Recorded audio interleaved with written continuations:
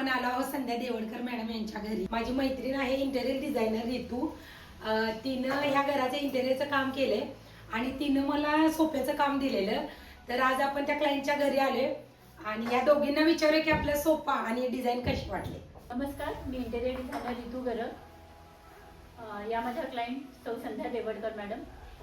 तर आम्ही ह्या पूर्ण बंगल्याचं जेव्हा रिन्युएट केलं आणि इंटेरियरचं वर्कआउट केलं तर तेव्हा आमचा पहिल्यांदा सोफ्याचा जेव्हा विषय आला तर त्यावेळेला आमच्या ह्याच्यात होतं की आम्हाला सोफा महालक्ष्मी सोफा फॅक्टरी सौ आशा मॅडम यांच्याकडूनच घ्यायचा आहे।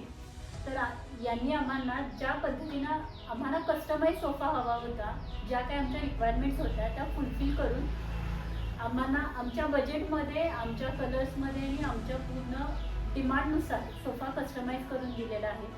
तर या सोफ्याबद्दल जे काय आपल्या क्लायंट आहेत संध्या मॅडम ते आपल्याला सांगतीलच की त्यांना हा सोफा कसा वाटला। नमस्कार, मी सौ संध्या देवडकर। आमच्या घराचं रिन्युएशन नुकतंच पूर्ण झालं।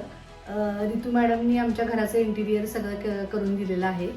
तर आमच्या हॉलच्या साईजप्रमाणे आम्हाला कस्टमाइज सोफा बनवून हवा होता।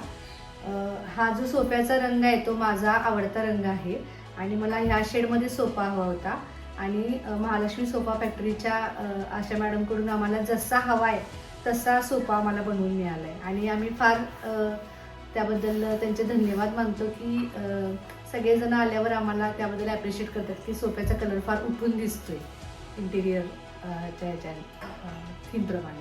थँक्यू।